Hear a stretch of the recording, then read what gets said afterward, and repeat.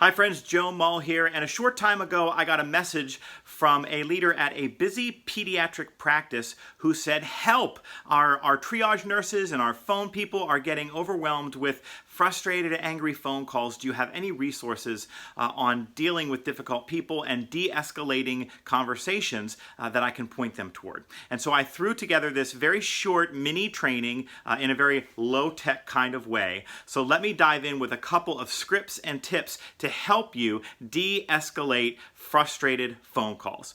The first thing to know is that when you get on the phone with somebody who is angry or difficult, tell yourself that you're seeing them on their worst day.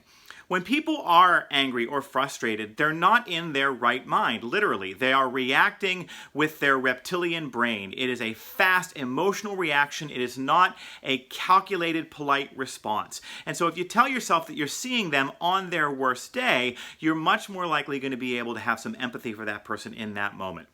The second thing to know is their reaction and the way in which they show up has nothing to do with you. It is entirely about the fear and the emotions that they may be experiencing in that moment. Maybe they've made 4 phone calls before they got to you. Maybe they were put on hold 3 times. There are so many things that can happen before you ever touch that person that have nothing to do with you. So when you experience them as difficult or disrespectful, it's really not about you at all.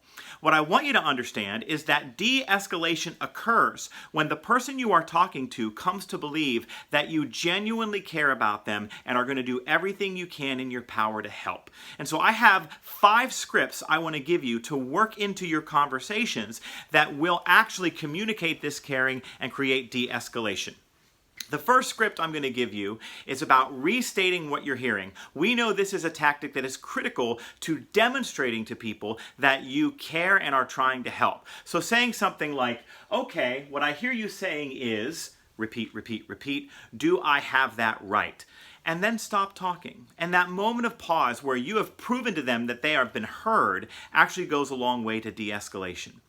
Another step and another script that I want you to use is to empathize. Believe it or not, empathy only occurs when we give voice to it. You have to say it out loud. So we empathize by saying things like, if I were in your shoes, I'd probably feel the same way. And then you immediately follow that up by providing some options. You say, what I can do for you is option A or option B. Which one do you prefer? Now, these are the 3 core scripts that I want to encourage you to use when you're dealing with difficult folks. If somebody calls you up, asks for something you can't do, restate what they're hearing. What I hear you saying is, you want this, this, this, and this. Unfortunately, I can't do this, this, this, and this, but what I can do is X, Y, or Z. Which do you prefer? If they get angry, if they lash out, if they get defensive, you may actually have to repeat these steps over and over again. Okay, what I hear you saying is that those options aren't going to work for you, and you know what? I'd probably feel the same way if I was in your shoes. Unfortunately, I can't A, B, and C. My only options at this point are X, Y, and Z. Let's try to pick the best one for your situation. You may have to use the broken record technique over and over again in these interactions. Along the way, there are 2 other things I want to make sure that you do. I want to make sure that you explain in detail what will happen next. Anytime you're giving instructions or letting people know what you're going to do to solve their problem, do it in as much detail as possible. Say things like, as soon as we hang up, I'm going to X, Y, and Z. Or say, it's going to take about 4 hours in order for me to get that prescription called over to the pharmacy for you because we have a backlog and we're short-staffed, but I promise you we will get it over there by the end of the day. Be honest, give as much detail as possible, and always include timelines.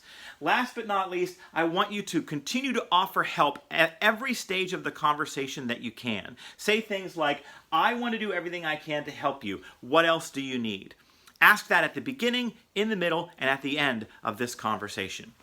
If you find yourself at work on the phone repeatedly with difficult people or de-escalating folks who are angry or frustrated, I want you to remember a couple of additional things along the way.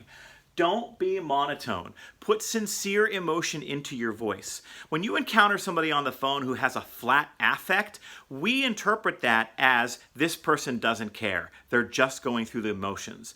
But if you smile or if you express genuine concern, that comes through on the phone. I know you know that's true. Every one of us have been on the phone with somebody at one time or another who was definitely not smiling. Also, don't interrupt or say things like, calm down. Leave space for anger or fear. When people are upset, at the base of that typically is anger or fear. And if you leave just a little bit of space for that to happen, people will yell themselves out or eventually take enough of a breath where you can then insert yourself into that conversation and say, what I hear you saying is XYZ. I'd probably feel the same way if I were in your shoes. Here's what I can do to help. And you use that formula again and again whenever possible. Also, roll away from resistance with those empathy statements and those option statements over and over again. Here again, you may have to be a broken record and keep reaching for them in order to de-escalate someone. I also think it's important to point out the difference between difficult and abusive behavior. Dealing with difficult folks are a fact of life in the world that we work in. But that doesn't mean that you have to endure abusive behavior. If you get on the phone with somebody who is yelling or swearing or threatening, you do not need to take that phone call. You do not need to have someone speak to you that way. My advice is you give them one chance to back up and start over, and if they stop, you disconnect the call. Here's some language you can use. I cannot help you if you yell or swear. Now let's start over and work together to get you what you need ASAP. Can we do that?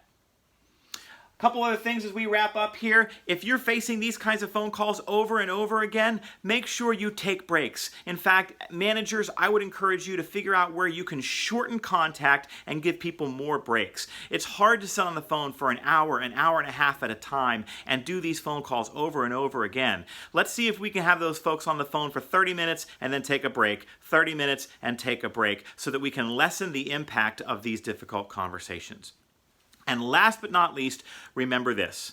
Every person that you touch on the phone is probably going through something that you know nothing about, and you have a chance to be their hero. You have a chance to be the first person that they've encountered who actually helps them solve their problem. You are the light at the end of the tunnel. So be that hero. Every time you answer the phone, put on your cape, and don't let someone take that cape away from you. When you encounter a difficult person, don't give them the power to reduce the level of service quality that you have committed to showing up and delivering every single day for your clients, for your patients, for your colleagues, for everyone that you encounter. I hope these scripts and these tips are helpful to you. Thanks for all that you do to take care of so many people out there. See you next time.